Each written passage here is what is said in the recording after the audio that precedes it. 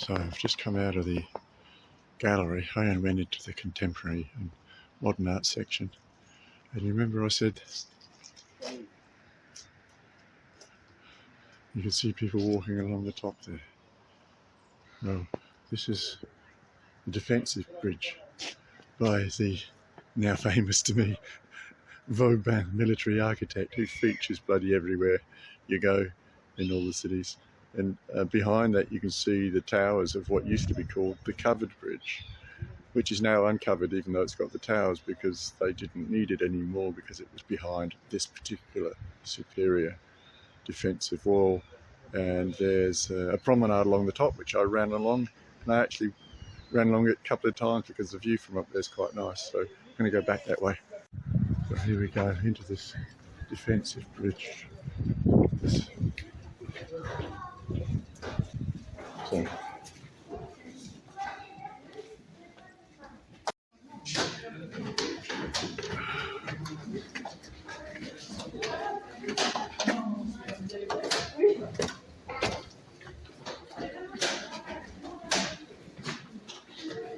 c'est ça qui est bien, on n'a pas Karine dans l'eau.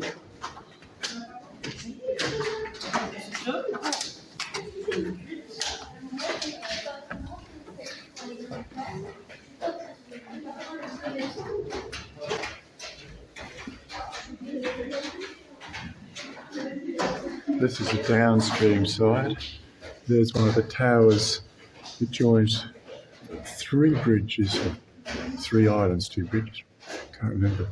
You see one of the bridges there, there's another tower there, another tower there. And I was right the first time, there's another tower in, so it's three bridges. They were called three covered bridges. Anyway, since Vauban built this one, it's named after him.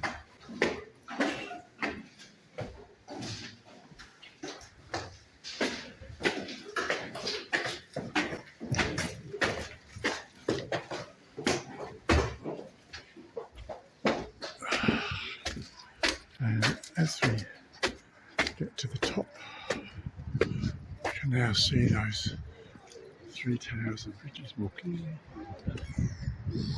And that is the whole of the centre island that makes up Strasbourg.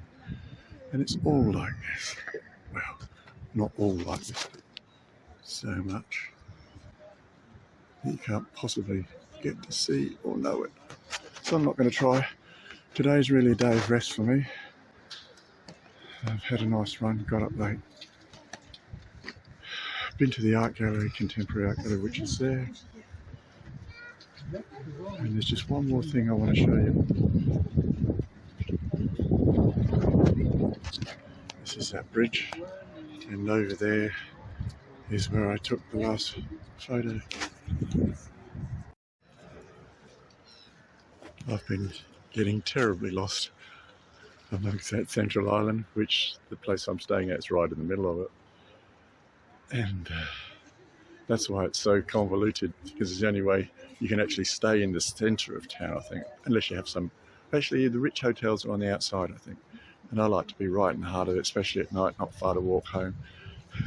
I got lost on the way home, which is very rare for me, and I went looking for a particular hotel. I couldn't find the bloody thing, had to use sat-nav about 5 times.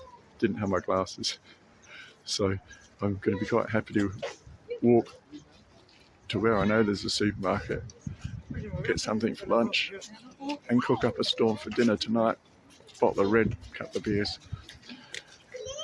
Happy restaurant again on the boat tomorrow night. Just something else I want to show you on this bridge. Going to go downstairs here now, and it was real surprising when I ran through this morning. It's great.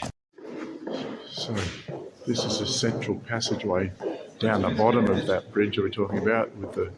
That's the windows out to the other covered bridge, and you sort of, first time you come through, okay, it's being used as storage for boxes. Then you go, what do they run out of so much good shit? Places to put it. And like, it's all stored down here. I can head there. Imagine it's ready for restoration. It's just amazing, isn't it?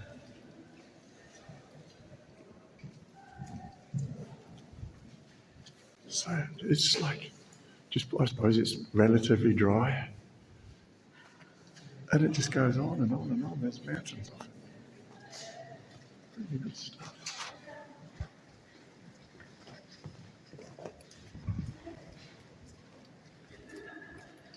You know, if you want to know what these gargoyles look like close up at Notre Dame, well, they're bloody down here on the ground, so it's great.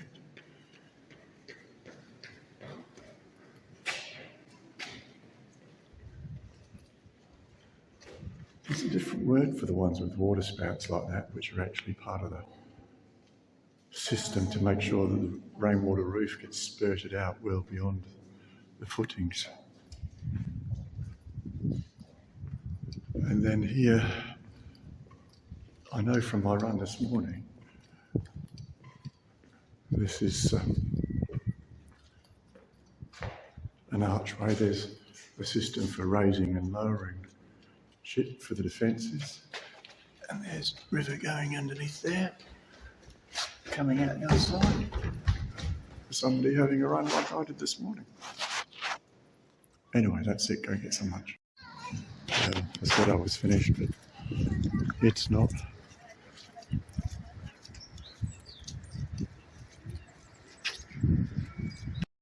Quite a bit of water in the creek. This sort of bridge reminds me when Brian Samble was down at Dead Man's Pass and I'd just jet skied up the South Para because it was in flood and gone way up under the pipeline and so forth. And then I came back down and I had to lay down on the jet ski to get under the pipeline. But Brian Tom's standing there on the edge of the South Para working out, as mayor as he was then, whether or not they needed to shut the little bridge that went over it. As a matter of interest, the brick down there says 1868. And he got the shock of his life when John Bolton comes jet skiing under the bridge. We laughed about it, we still laugh about it. So actually, this is the building that I'm staying in. You can see it's basically hand-hewn. And I'm above, you can't see where I am, I'll be above in one of those types of things, but in this building. So you just come in the back door here.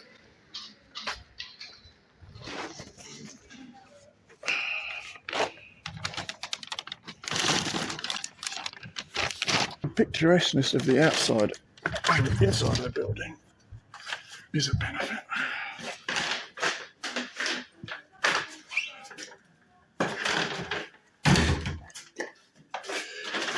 Now look at the stairs. 1, 2, 3, 4, 5, 7, 8, 9, 10, 12, 13, 14. Watch my head. Watch my head. 15, 16, 17, 18, 19, 21, 22, 23, 24, 25, 26. It's like counting carriages on the gang, really. You've got no option, do you? 37, 28, 29, 30, 31, 32, 34, 35, 36, 37, 38. And that's the entrance of my ramp. Anyway, these are like going up the inside of a bell tower. It's quite good fun. One doesn't have to do it every second. 1, 2, 3, 4, 5, 6, 7, 8, 9, 10, 11, 12. To the kitchen, which I'm going to cook today. And then 1, 2, 3, 4 more up to the bedroom. Let's get some lights on, have some